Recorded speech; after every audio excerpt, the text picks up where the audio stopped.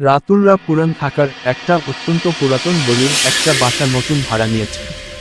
এখনো আশেপাশের কারোর সাথেই পরিচয় হয়নি। বাসার সবকিছু ঠিকঠাক করার পরে রাতুল এখন কিছুটা অবসরে আছে। তার আবার রাত জাগার অভ্যাস। একটু রাত হলেই ছাদে চলে যায়। তো এই বাড়িতে ওঠার পরে প্রথম যেদিন ছাদে উঠল তখন প্রায় 12টা বাজে। চারপাশে তাকাতে যেয়ে দেখে পাশের বিল্ডিংয়ের ছাদে একটা মেয়ে মাথা নিচু করে দাঁড়িয়ে আছে। পাশের বিল্ডিংটা এত কাছে ছিল যে একটু চেষ্টা করলেই ওই ছাদে চলে যাওয়া যাবে। যাই হোক, এত রাতের রাতুল একা একটা মেয়েকে ছাদে দেখে একটু অবাক হলো। তবু সাহস করে যে ডাকল, এই যে শুনছি।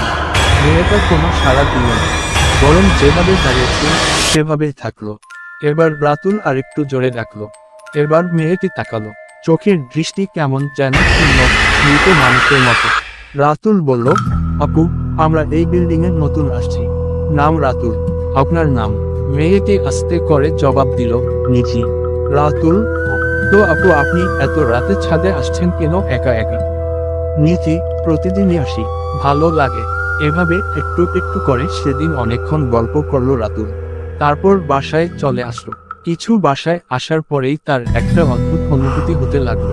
তার মনে হতে লাগলো কেউ মনে হয় তাকে দেখছে। ও যখন খাটের পাশে দাঁড়াতো তখন ওর মনে হতো কেউ খাটের নিচ থেকে তাকে দেখছে। এক্ষুনি হয়তো তার পা ধরে টেনে তাকে খাটের নিচে নিয়ে যাবে। আবার ওয়াশরুমে গেলে মনে হতো ভেন্টিলেটর দিয়ে কেউ তাকে দেখছে। এভাবেই তার দিন যেতে লাগলো। আর এদিকে প্রতি রাতেই ছাদে উঠে নিজির সাথে গল্প চলতে থাকলো। এভাবে চলতে থাকলো রাতুলের দিন। রাতুল একসময় খেয়াল করলো নিজি কখনো হাসে না। ব্যাপারটা ওর কাছে অদ্ভুত লাগলো, ভাবলো হয়তোবা এটা ওর স্বভাব। তো হঠাৎ একদিন নিজি বলল, মার্চের 15 তারিখ আমার জন্মদিন, তুমি এসো। রাতুল বলল, কখন যাব? নিজি বলল, রাত 10টার দিকে।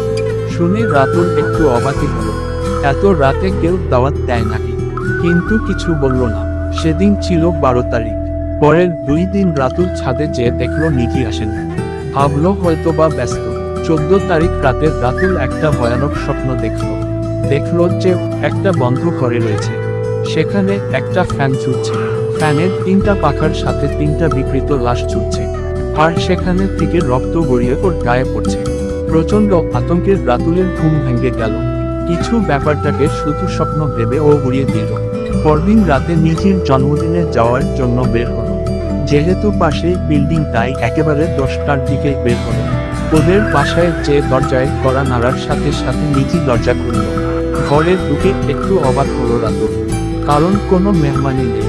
নিজি রাতুলকে বসতে দিয়ে ভিতরে চলে গেল। একটু পরে ওর বাবা মাকে নিয়ে আসলো। নিজির বাবা মাকে দেখে রাতুল একটু চমকে গেল, কারণ 3 জনের দৃষ্টি একরকম, আর কারো মুখেই হাসি নেই। রাতুল বুঝে গেল যে ও কোনো বিপদে পড়তে যাচ্ছে। সাথে সাথে কোনো কথা বলে দরজার দিকে পা বাড়িয়ে দিল। ততক্ষণে ওরা 3 জন ওকে ঘিরে ধরেছে। তখন রাতুল সমানে জোরে জোরে দোয়া পড়তে লাগলো। দোয়া শুনে ওরা 3 জন চিৎকার করতে থাকলো আর ওদের গায়ের মাংসগুলো খসে যেতে থাকলো। এরপর রাতুল কোনোমতে দৌড়ে বাহিরে এসে অজ্ঞান হয়ে গেল। পরের দিন নিজেকে আবিষ্কার করলো হাসপাতালের বেডে। এলাকার লোকেরা ওকে উদ্ধার করে ওখানে ভর্তি করিয়েছে। সুস্থ হয়ে উঠলে ও ওই বাড়িটাতে যেয়ে দেখে তালা ঝুলছে।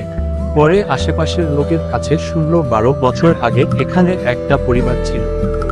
সেই 12 বছর আগে 15ই মার্চ কারা যেন এসে এদেরকে উদ্ধার করে ফ্যানের সাথে ঝুলিয়ে রাখে। তারপর থেকে প্রতি বছর 15ই মার্চ এখানে একটা লাশ পাওয়া যায়। রাতুলই ছিল একমাত্র ব্যক্তি যে বেঁচে ফিরেছিল। এরপর রাতুল ওই এলাকা ছেড়ে অন্য এলাকায় চলে গিয়েছিল।